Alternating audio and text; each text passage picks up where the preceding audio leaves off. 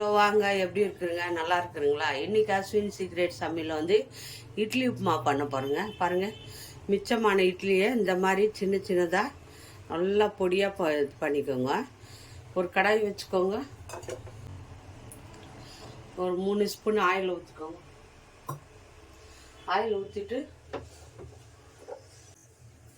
சீரகம் போட்டுக்கோங்க. கொஞ்சம் சீரகம். இட்லியை வந்து மிச்சம் ஆனால் வேஸ்ட் பண்ணாதுங்க. இட்லி வேஸ்ட் ஆகாது. நல்லா நீங்கள் டேஸ்டியாக பண்ணுங்கன்னா விரும்பி சாப்பிட்ருவாங்க. மிச்சம் ஒரு இட்லியெல்லாம் வேஸ்ட் பண்ணக்கூடாது. அதை நல்லா இது மாதிரி எல்லாம் உப்புமாவு அப்புறமா அந்த ஃப்ரை எல்லாம் பண்ணலாம். இட்லியில் ரொம்ப டேஸ்டியாக இருக்கும். பாருங்கள், நான் இட்லியை இப்படி இந்த மாதிரி பொடி பொடியாக நசுக்கி வச்சுக்கிறேன். இப்போது நம்ம சீரகம் போட்டாச்சு. கூடவே கருவேப்பிலை, வெங்காயம், ஒரு வெங்காயம் பொடியாக நறுக்கி போட்டுக்கோங்க.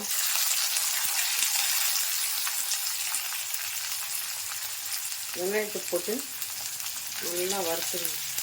பச்சை மிளகா வேணா போட்டுக்கோங்க, காஞ்சி மிளகா வேணா போட்டுக்கோங்க. நீங்கள் காரத்துக்கு பச்சை மிளகா காஞ்சி மிளகா எது வேணாலும் போட்டுக்கலாம்.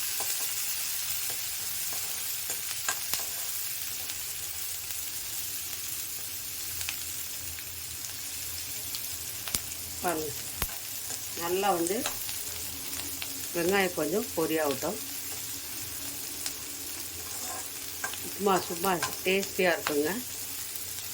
இட்லி உப்புமானா எல்லாருக்கும் பிடிக்குங்க. இட்லி உப்புமா பிடிக்காதவங்க யாரும் இருக்க மாட்டாங்க.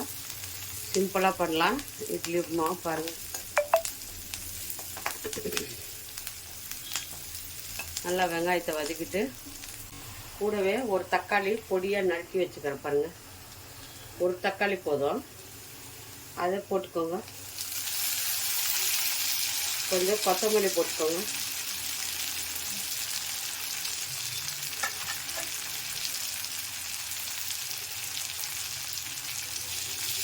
நல்லா வறுத்துங்க.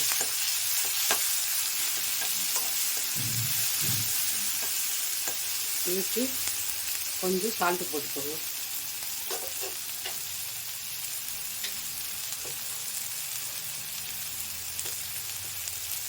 மசாலாக்கு மட்டும் எவ்வளோ வேணுமோ சால்ட்டு போட்டுக்கோங்க. உப்பு இட்லியில் வந்து உப்பு இருக்கும்,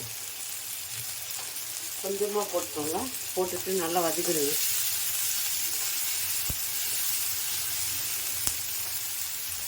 இது கூட காரத்துக்கு நான் மிளகாத்தூள் போடுறேன். நீங்கள் வந்து பச்சை மிளகா காஞ்சி மிளகா எது இருந்தாலும் போட்டுக்கலாம். இது பாருங்கள், மிளகாத்தூள் போட போகிறேன். ஒரு ஸ்பூன் தக்காளியை வதக்கிடுங்க.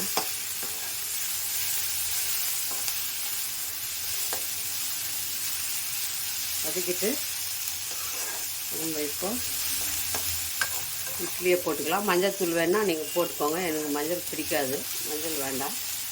அப்படியே இதே வதக்கலாம், நல்லாயிருக்கும். சிம்பிளாக ஒரு இட்லி 2 இட்லி இருந்தாலும் ஓகேங்க. நல்லா பொடிச்சு விட்டு ஒரு வெங்காயம் தக்காளி போட்டு நல்லா வதக்கிட்டு அது கூட இட்லியை போட்டு நல்லா வறுத்துருங்க. அவ்வளோதாங்க, சூப்பராக சாப்பிட்ருவாங்க பசங்க. கஷ்டமாக தக்காளி வதங்கி போச்சு. இப்போ நம்ம இட்லியை அப்படியே போட்டுக்கலாம். நல்லா பொடி பண்ணிவிட்டு இட்லியை போட்டு நல்லா வறுத்துக்கணும். அவ்வளோதாங்க, டேஸ்டியாக இருக்கும். நல்லா டேஸ்டியாக இட்லியை ஒரு 2 நிமிஷம் நல்லா வறுத்துக்கணும். இட்லி உப்புமா எல்லாருக்கும் பிடிக்கும்.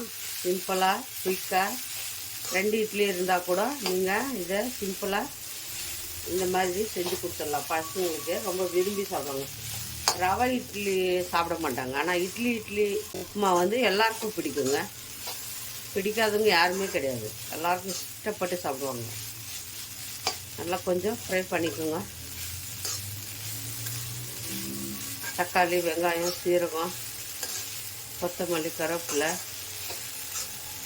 கொஞ்சம் காரத்துக்கு நீங்கள் பச்சை மிளகாவோ காஞ்சி மிளகாவோ மிளகாத்தூளோ எது வேணுமோ அது நீங்கள் சேர்த்துக்கலாம். ஆயிடுச்சு பாருங்கள், குயிக்காக ஆயிடுச்சு. ஒரு 5 நிமிஷம் கூட தேவையில்லைங்க. இட்லி வந்து நல்லா பொடியாக பண்ணிவிட்டு உடனே தாளிச்சிடும். உடனே ரெடி ஆகிறது இட்லி உப்புமா. ரவை உப்புமாலாம் வறுத்து அது ரெடி பண்ணி அது தண்ணி கொதிக்க வச்சு அது பண்ணுறதுக்கு லேட் ஆகுது. ஆனால் இது ஒரே சிம்பிளாக 2 நிமிஷம் கூட ஆகாது. நீங்கள் டக்கு டக்குன்னு இதை இட்லியை பொரிச்சிட்டு வெங்காயமும் ஒரு தக்காளியும் போட்டு நல்லா வதக்கிட்டு அது கூட நல்லா